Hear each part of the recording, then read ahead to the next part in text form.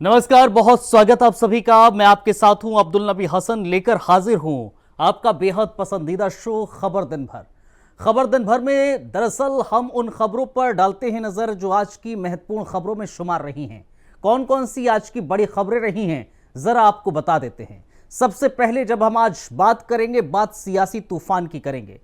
जैसे छत्तीसगढ़ की राजनीति में अचानक से तूफान आया हो, वैसे ही सुबह सुबह पहले पूर्व मुख्यमंत्री भूपेश बघेल के घर पर ईडी का बड़ा छापा पड़ा है, जिसने कांग्रेस में हड़कंप मचा दिया है। शराब घोटाले की जांच अब 3200 करोड़ के दायरे तक पहुंच चुकी है। जांच की गाज भूपेश बघेल के बेटे चैतन्य बघेल तक पहुंच गई है। उन्हें गिरफ्तार कर लिया गया है। इस मामले में होटल कारोबारी विजय अग्रवाल भी जांच घेरे में है। सवाल यह है कि क्या यह सच्चाई, क्या ये कार्रवाई कानून के तहत है या राजनीति का नया खेल, क्योंकि सवाल यही उठ रहे हैं। आखिर क्या सवाल उठाए जा रहे हैं, डिटेल अब से कुछ देर के बाद आपको हम बताएंगे। इसके अलावा एक और अहम जिक्र करेंगे दूसरी खबर का, जब हम बात करेंगे कांवड़ विवाद का। दरअसल कांवड़ यात्रा पर उठे विवादों के बीच मुख्यमंत्री योगी आदित्यनाथ ने सख्त चेतावनी दी।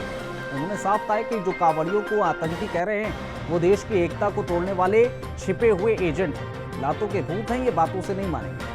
योगी का सशक्त पलटवार ये देखते को सोशल मीडिया पर फेक अकाउंट बनाकर जातीय जहर फैलाने वालों को चिन्हित कर कड़ी कार्रवाई होगी। कांवड़ियों की भक्ति पर हमला नहीं बर्दाश्त होगा। आस्था पर चोट लगाने वालों के खिलाफ कानून की ताकत चलेगी। आखिर योगी आदित्यनाथ ने ऐसा क्यों कहा? उन्होंने मुहर्रम और कांवड़ को आखिर तुलना क्यों की? डिटेल अब से कुछ देर के बाद। इसके अलावा एक और जिक्र करेंगे, साफ सुथरे लखनऊ का जिक्र करेंगे। आप सोचिए, एक ऐसा शहर जो कभी गंदगी और ट्रैफिक की वजह से सुर्खियों में था, आज देश के टॉप 3 सबसे साफ शहरों में शुमार हो गया है। जी हाँ, नवाबों की नगरी लखनऊ ने स्वच्छता के मैदान में कमाल कर दिया। 44वें स्थान से सीधे तीसरे नंबर पर पहुंचकर लखनऊ ने साबित किया है कि सोच, संकल्प और जन भागीदारी से कोई भी मुमकिन है, कुछ भी मुमकिन। राष्ट्रपति द्रौपदी मुर्मू ने गुरुवार को इस शहर को प्रेसिडेंशियल अवार्ड और 7वें स्टार गार्बेज फ्री सिटी का ताज पहनाया। ये सिर्फ लखनऊ की कहानी नहीं है, बल्कि पूरे उत्तर प्रदेश के बदलाव की मिसाल है। डिटेल अब से कुछ देर के बाद कौन कौन से प्रदेश किस स्थान पर रहे हैं। चौथी खबर का जिक्र करेंगे, जिक्र KFC बंद का करेंगे। हर हर महादेव के गगनचुंबी नारों के बीच गाजियाबाद के वसुंधरा इलाके में तेजी से गर्माता हुआ माहौल नजर आ रहा है। हिंदू संगठनों ने कांवड़ यात्रा के नाम पर मांसाहारी दुकानों के खिलाफ मोर्चा खोल दिया और KFC रेस्टोरेंट के बाहर जबरदस्त प्रदर्शन के बाद शटर गिरा दिया। आस्था के नाम पर अवैध बंदिश, पुलिस ने तुरंत कार्रवाई करते हुए FIR दर्ज की है और साफ कह दिया है, कानून से ऊपर कोई नहीं है। सावन का पवित्र महीना है, कांवड़ यात्रा चरम पर है, लेकिन क्या आस्था के नाम पर व्यापार और व्यवस्था की दुहाई दी जाएगी? गाजियाबाद की सड़कों से उठ रहा ये विवाद, जिसका असर सोशल मीडिया तक पहुंच गया है।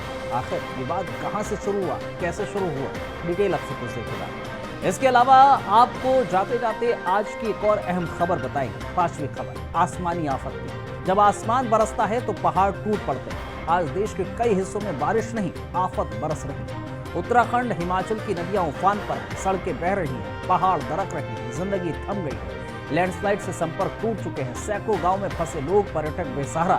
मौसम विभाग रेड अलर्ट जारी कर चुका है। इसके अलावा राजस्थान में भी अलग अलग जगहों पर सैलाब की तस्वीरें हमें देखने को मिल रही हैं। आज 10 आपको देश के, हिंदुस्तान के कोने कोने की वो तबाही की तस्वीरें सैलाब की दिखाएंगे हम आपको डिटेल अब से कुछ देर के बाद। इन 5 अहम खबरों पर दरअसल आज हम करेंगे विस्तार से चर्चा।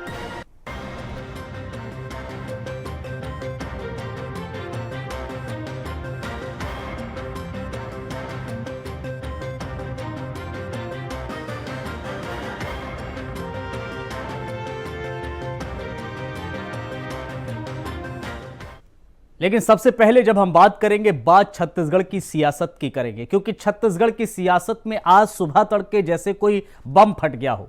भूपेश बघेल के घर दस्तक दी ईडी की टीम ने। शुरू हो गया एक ऐसा घटनाक्रम जिसने सूबे की राजनीति में गर्मी ला दी। जी हां, एक बार फिर छत्तीसगढ़ के बहुचर्चित शराब घोटाले की आंच सीधे पहुंची है सूबे के पूर्व मुख्यमंत्री और कांग्रेस के कद्दावर नेता भूपेश बघेल तक। शुक्रवार को ईडी की टीम ने उनके भिलाई स्थित निवास पर छापेमारी की और जैसे ही ये खबर सामने आई, सोशल मीडिया से लेकर विधानसभा तक हड़कंप मच गया। बघेल ने खुद ट्वीट किया, साहिब ने ईडी भेजी है और आरोप लगाया कि तमनार में अडानी के लिए पेड़ कटाई का मुद्दा सदन में उठाया जाना था, लेकिन सरकार ने एजेंसियों के जरिए उन्हें रोकने की कोशिश की। लेकिन कहानी यहीं नहीं रुकती। इस पूरे घटनाक्रम में एक नया मोड़ तब आ गया जब ये सामने आया कि ईडी की टीम ने उनके बेटे चैतन्य बघेल के घर पर भी छापेमारी की है, और वो भी उनके जन्मदिन के दिन। सुबह 3 गाड़ियों में सवार करीब 19 अधिकारी चैतन्य बघेल के भिलाई 3 स्थित आवास पहुंचे। पूरे घर को सीज कर दिया गया, अंदर की हर चीज खंगाली गई। जानकारी के मुताबिक इस शराब घोटाले का आकार अब 2100 करोड़ से बढ़कर 3200 करोड़ तक पहुंच चुका है। इस जाल में कारोबारी, अधिकारी और राजनीतिक चेहरे भी फंसते नजर आ रहे हैं।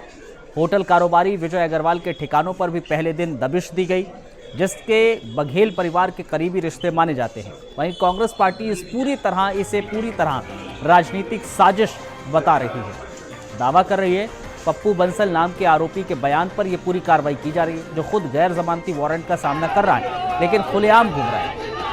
ऐसे में कांग्रेस पूछ रही कि क्या जांच एजेंसी निष्पक्ष हैं या फिर सत्ता का शस्त्र बन चुकी हैं। बघेल पहले भी इस केस में मार्च 2025 में ईडी के निशाने पर आए थे। तब उनके घर से कैश जब्त हुआ था और नोट गिनने की मशीन तक मंगाई थी। लेकिन आज की छापेमारी न सिर्फ सियासी तौर पर अहम है, बल्कि ऐसे वक्त पर हुई है जब विधानसभा सत्र का अंतिम दिन है। ऐसे में सवाल ये उठ रहा है, क्या सचमुच ये कानून का काम है या फिर सियासत का ऑपरेशन?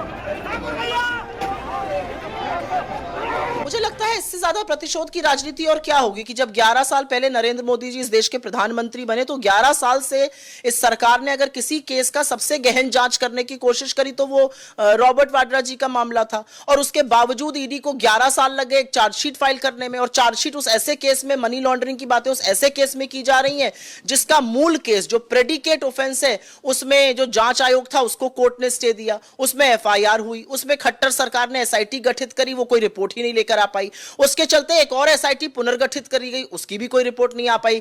मूल केस में कोई गलती नहीं पाई गई, और उसके बाद आप बड़ी बड़ी बातें करके मनी लॉन्ड्रिंग का केस दायर करिए। देखिए, ये सारी जो बातें हैं, ये प्रतिशोध की राजनीति है, ये पॉलिटिकल विच हंट है, और ये इस अंदेशे से किया जाता है कि लोगों को डराया जा सके, धमकाया जा सके। लेकिन एक बात ये पूरी तरह से सच है कि प्रियंका जी पूरी शिद्दत से आपकी जवाबदेही तय करती हैं, आपकी नाकामियों को उजागर करती हैं, और वो और मजबूती और संकल्प से ये काम करेंगे। हमारे घर में ईडी का छापा पड़ा। 15 दिन बाद 26 मार्च को सीबीआई का छापा डाला, और 10 मार्च से लेके आज 18 जुलाई जब मेरे लड़के का जन्मदिन है, उस दिन तक एक भी नोटिस नहीं, कोई पूछताछ नहीं, और आज सीधी गिरफ्तारी। तो ये सीधी बात ये है कि अडानी के खिलाफ कांग्रेस पार्टी ने काम किया। हम सारे विधायक तमनार गए, इसके कारण से ये कार्रवाई की गई। और जो शिकायत ये आ रही है कि पप्पू बंसल के बयान के आधार पर, तो यहाँ कोर्ट से उसके खिलाफ नॉन अवेलेबल वारंट है, और वो आदमी खुलेआम घूम रहा है, कभी ईडी कार्यालय जाता है, कभी सीबीआई कार्यालय जाता है। उसके बयान के आधार पर आप कार्रवाई कर रहे हो, और वो आदमी कोर्ट के एनबीडब्ल्यू है और ऑफिस घूम रहा है।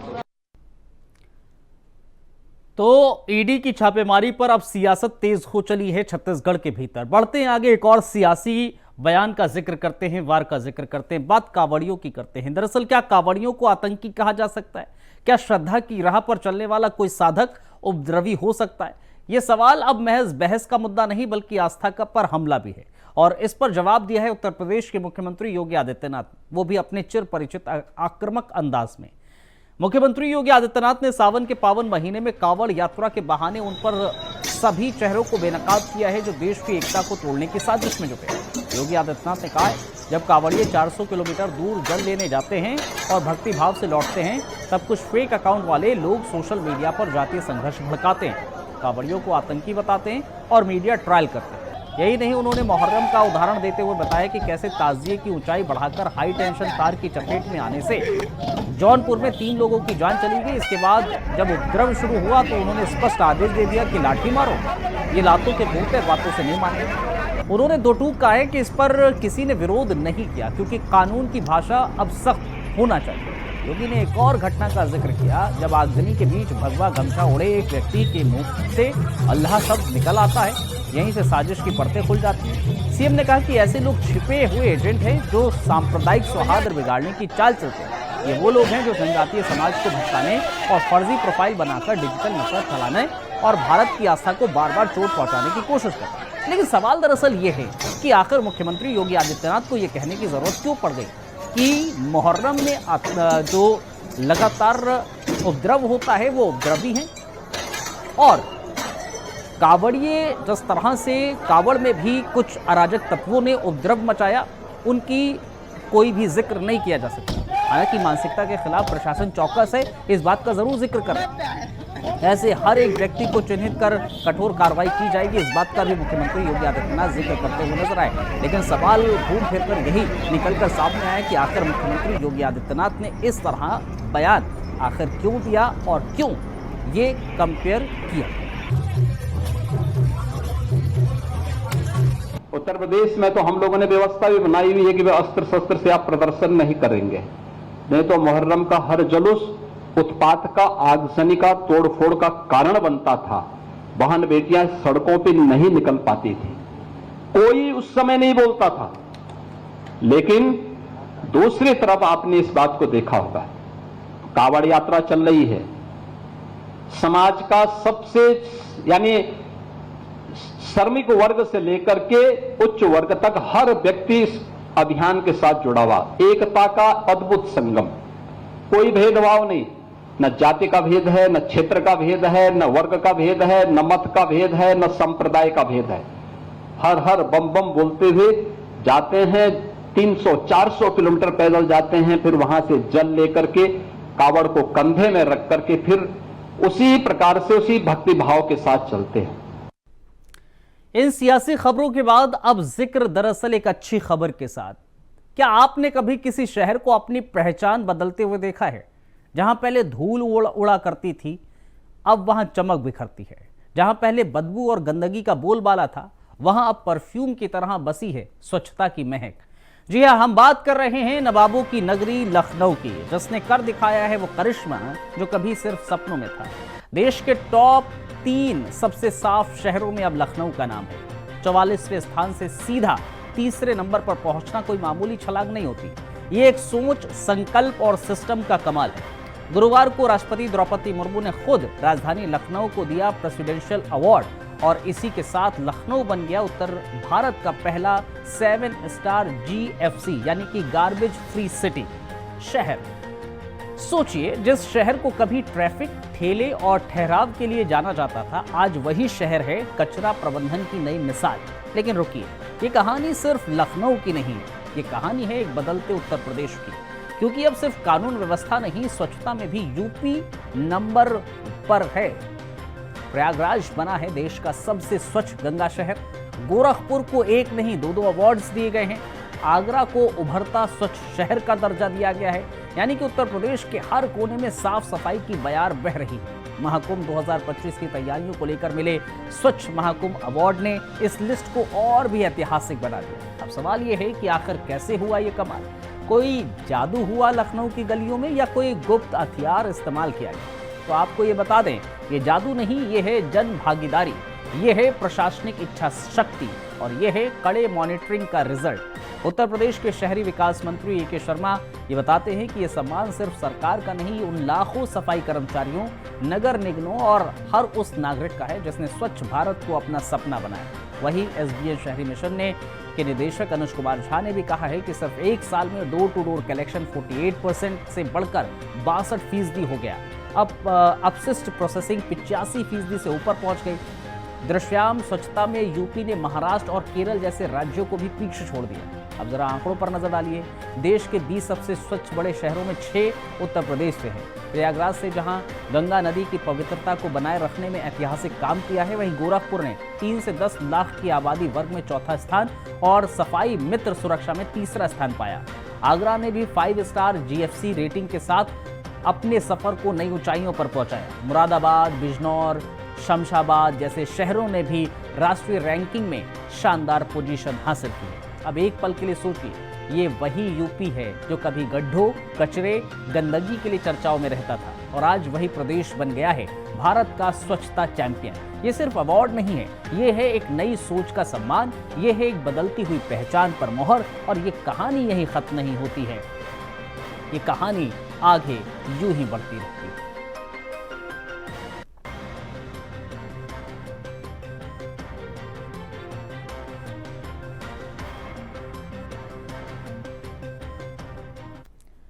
अब जिक्र एक ऐसी वीडियो का करेंगे जो इस वक्त सोशल मीडिया पर बेहद तेजी से वायरल हो रही है।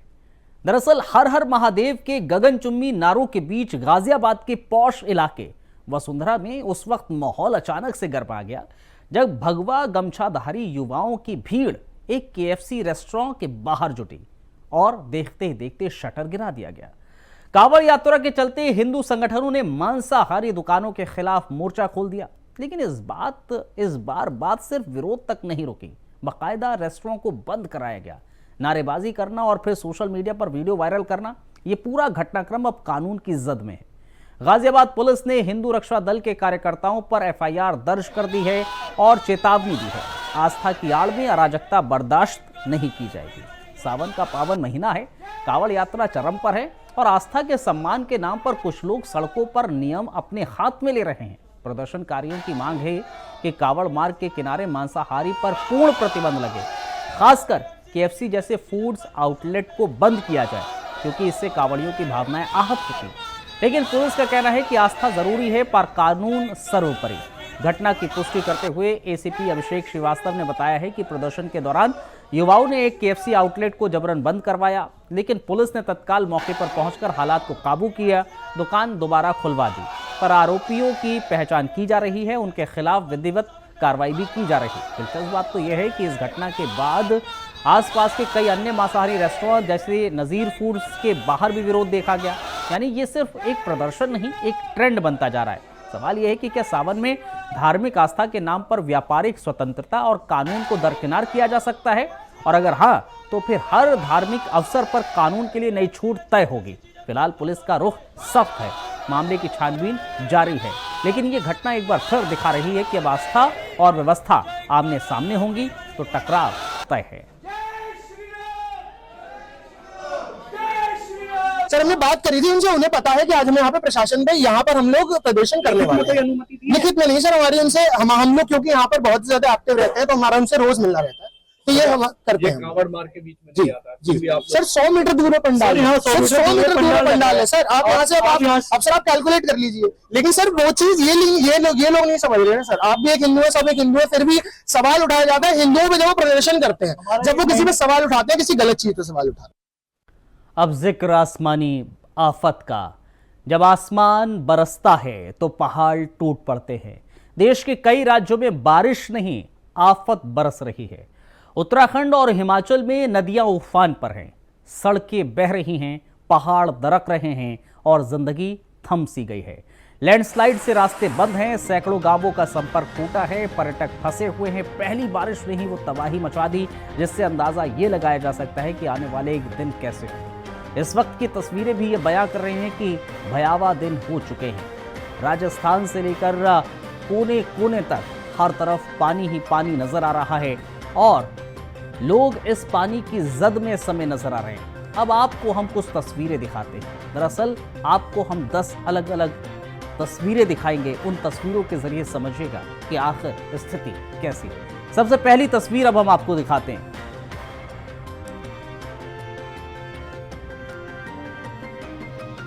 सबसे पहली तस्वीर हम आपको दिखा रहे हैं और ये तस्वीर देखिए, भयावह तस्वीर है। तेज बहाव की नदी ने जिस अंदाज में एक मासूम बच्चे से भारी गाड़ी को अपने बीच फंसा लिया, वो दिल दहला देने वाला है। पानी की तेजी इतनी जोरदार थी कि गाड़ी का पहिया फिसल गया और वो बीच नदी में अटक गई। गाड़ी के अंदर बैठे बच्चे घबराए हुए हैं, उनके चीखने चिल्लाने की आवाज़ भी पानी के शोर में कहीं खो जाती है। देखिए वो पल जब एक बच्चा बचाने की कोशिश में गाड़ी से बाहर निकलकर दिखता है। तस्वीरें आपको हम बयां कर रहे हैं। तस्वीरों में आप देख सकते हैं कि किस तरह से पानी का सैलाब नज़र आ रहा है और इस सैलाब के बीच में गाड़ी फंसी हुई नज़र आ रही है। उस फंसी हुई गाड़ी के नज़दीक में आपको कुछ लोग नज़र आएंगे जो ये पेड़ के ऊपर फंस गए हैं और इन लोगों को आप अपने आप से देख सकते हैं कि कैसे बीच में ही फंस गए। अब दूसरी तस्वीर आपको दिखाते हैं। दूसरी तस्वीर दरअसल अजमेर की है। पूरी तरीके से अजमेर से है, जो हमेशा अपनी धार्मिक धरोहर और सांस्कृतिक विरासत के लिए ये जाना जाता है। आज वो पूरी तरह डूब गया है। चारों ओर फैला है पानी का कहर, हर गली हर नुक्कड़ पानी से भर गया है, मानो शहर पानी पानी हो गया हो। बारिश का जिक्र करें आप, तस्वीरों के जरिए पूरी स्थिति देख सकते हैं। पूरा शहर पानी पानी हो चुका है और इस शहर के भीतर ये पूरे अजमेर की तस्वीर है, राजस्थान के अजमेर की तस्वीर है, जहां पर आप देख सकते हैं कि घर भी पूरी तरीके से डूब चुके हैं। आधा आधा घर पूरी तरीके से डूब गया है। रहने यहाँ जहाँ ये रिहायशी इलाका पूरा है और जाहिर तौर पर इस रिहायशी इलाके में पानी किस तरह से भरा हुआ पूरे अजमेर में नजर आ रहा है, उसने जिंदगियों को थमा दिया है। अब एक और तस्वीर हम आपको दिखाते हैं, जरा एक और तस्वीर आप देखिए। तेज बहाव में बह गई गाड़ी। अजमेर की एक और तस्वीर है, दर्दनाक तस्वीर है, भयावह तस्वीर है और इस तस्वीर में आप देखेंगे, तस्वीर में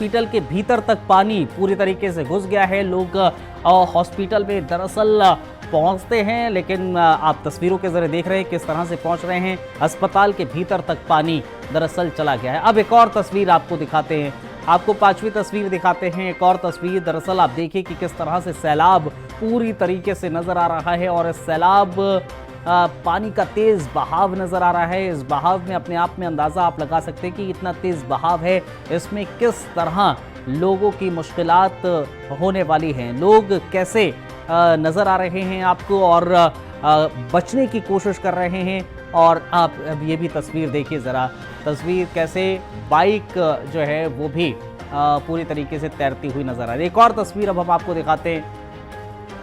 दरअसल तस्वीर हम अब एक और आपको दिखाते हैं। ये तस्वीर देखिए ज़रा, इसमें एक अहम चीज़ है कि बाइक जो है वो बाइक सवार के साथ आ जाती है पूरी तरीके से। अब इतना तेज़ बहाव है कि लोग तो जाहिर तौर पर परेशान हाल हैं, लेकिन इतना तेज़ बहाव है कि लोग तो संभल नहीं पा रहे हैं। दूसरी ओर एक बाइक सवार, ये आप देख सकते हैं कि एक शख्स लड़का बाइक चला रहा होता है और उसके साथ ये किस तरह से बहता हुआ नज़र आ रहा है। लोगों की मदद से उसको रोका जाता है। एक और अब हम तस्वीर आपको दिखाते हैं। एक और अहम तस्वीर आपको हम दिखाते चलते हैं, कैसे पूरी की पूरी जो गाड़ियां हैं वो आधी आधी पूरी तरीके से डूब चुकी हैं और ये अपने आप में दर्शा रहा है कि कैसे ज़िंदगी पूरी तरीके से थम गई है इस समय हिंदुस्तान के भीतर भी।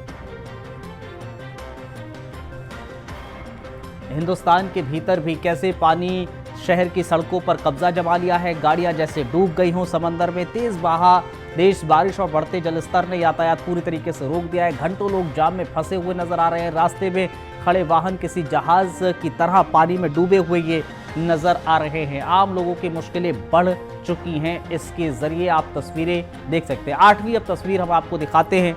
दरअसल एक और आपको तस्वीर दिखाते हैं। दरअसल कन्हर बांध है और खोलते ही जलस्तर पूरी तरीके से उछाल मारता हुआ नजर आ रहा है। ये सोनेश्वर घाट जलमग्न होकर त्रासदी बन चुका है। श्रद्धालुओं की आस्था पर एक तरीके से संकट छा गया है। पवित्र घाट पर पानी की लहरों ने दहशत फैला दी है। भारी जल भराव के चलते हजारों लोगों को परेशानियां झेलनी पड़ रही हैं। तटबंध टूटने की आशंका ने दहशत को और बढ़ा दिया है। प्रशासन अलर्ट भले ही नजर आ रहा हो, राहत बचाव कार्य भी तेजी से चल रहा है। इस प्राकृतिक आफत ने भक्तों की श्रद्धा को परखा है, लेकिन ये पानी की तबाही कब थमेगी फिलहाल किसी को नहीं पता, क्योंकि ये बांध भी दरअसल खोल दिए गए हैं। एक और तस्वीर अब हम जम्मू की दिखाते हैं आपको, रजौरी की तस्वीर दिखाते हैं। ये जम्मू के रजौरी की तस्वीर है, जहां पर रजौरी की गलियां पानी की ज़मीन बन चुकी हैं। हर ओर बिखरा है सिर्फ पानी ही पानी है। इस भयंकर बाढ़ के बीच बुजुर्गों का साहस देखने लायक है और इस एक तरीके से इसमें खतरा पूरी तरीके से बना हुआ नज़र आ रहा है। लोग जाहिर है इसको पार करने की कोशिश कर रहे हैं, लेकिन और कोई रास्ता ही नहीं है क्योंकि रास्ते पूरी तरीके से बंद हैं। पानी का बहाव तेज़ है और ये बुज़ुर्ग और बच्चे इस नदी को पार करने की कोशिश कर रहे हैं, जो अब पूरी तरीके से नदी बन चुका है। और आप सैलाब का फ्लो देख सकते हैं, बहाव देख सकते हैं कितना तेज़ है और इसको अपनी जान हथेली पर रखकर पार करने की कोशिश की जा रही है। अब एक और तस्वीर आपको हम दिखाते हैं, 10वीं तस्वीर। जान जोखिम में डालकर उफनती नदी को पार किया जा रहा है। बच्चे, स्कूली बच्चे अब किस तरह से अपनी जान जोखिम में डालकर उफनती नदी को पार कर रहे हैं ये मासूम। हर कदम पर मौत का साया, हर लहर एक नई चुनौती। छोटे छोटे पैर भारी बहाव में उम्मीद की लौ जलाए हुए हैं।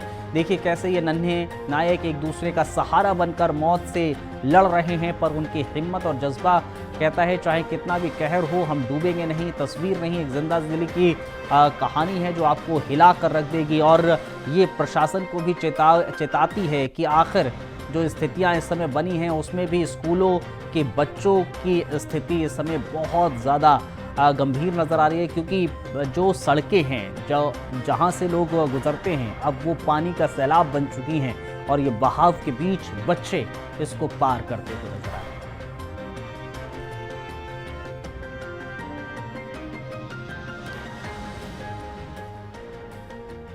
चलिए इन तस्वीरों के साथ हम आपसे अलविदा लेते हैं, कल फिर हाजिर होंगे। फिलहाल आज के लिए बस इतना ही। मुझे और मेरी टीम को इजाजत दीजिए। आप बने रहिए इंडिया वॉइस के साथ। बेहद शुक्रिया आप सभी का।